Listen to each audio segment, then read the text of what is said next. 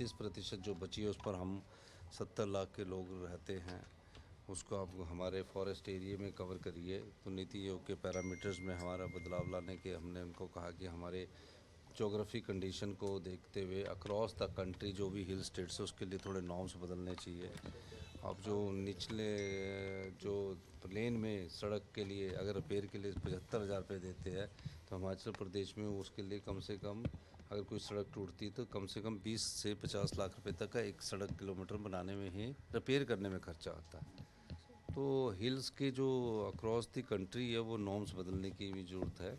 तो उस संदर्भ में हमने बात की और अपने हमारे जो जीएसटी के कारण हमको जो नुकसान हो रहा है वो पहले हमें वैट और एक्साइज बहुत आता था, लेकिन जीएसटी लगने के कारण हमको नुकसान हुआ, क्योंकि हमारा जो जीएसटी के कारण जो हिमाचल की कंज्यूमर्स जीएसटी कंज्यूमर बेस्ड है और डेस्टिनेशन बेस्ड है। तो हमारी पॉपुलेशन तो 70 लाख है, तो जहाँ जो हम बनाते हैं उसका ज़्यादा बेनिफिट नहीं होता। सब प्रकार से हमने बात की। पिछले साल भी त्रासदी हुई थी, उसका ओवरकम अभी तक सरकार नहीं कर पाई। अब फिर हम देख रहे हैं कि जगह जगह क्लाउड बर्स्ट, इवन हिमाचल के पूर्व मुख्यमंत्री तक फंस गए थे।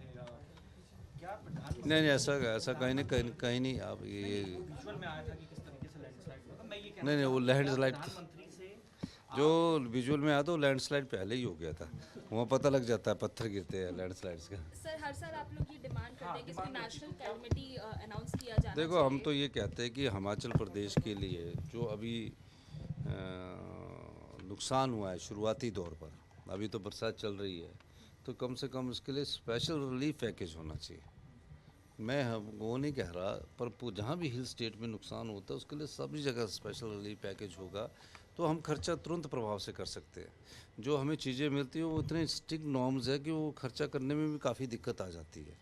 तो इन सब दृष्टिकोण से हमारी बुद्धिमत्ता है। प्रधानमंत्री से क्या मिलेंगे, क्योंकि कंगना रनौत कह रही थी अपने कंस्टिट्यूएंसी मंडी में जो सिचुएशन हुई है वो कह रही है कि जो भी सिचुएशन है वो प्रधानमंत्री को जाके बताएंगी। तो इस तरीके से मुलाकात का भी है कुछ? नहीं तो कंगना जी का स्वागत है कि वो इस बात को माननीय प्रधानमंत्री जी के पास रखेंगी, और माननीय प्रधानमंत्री जी से वो मुझे लगता है कि स्पेशल रिलीफ पैकेज की बात रखें।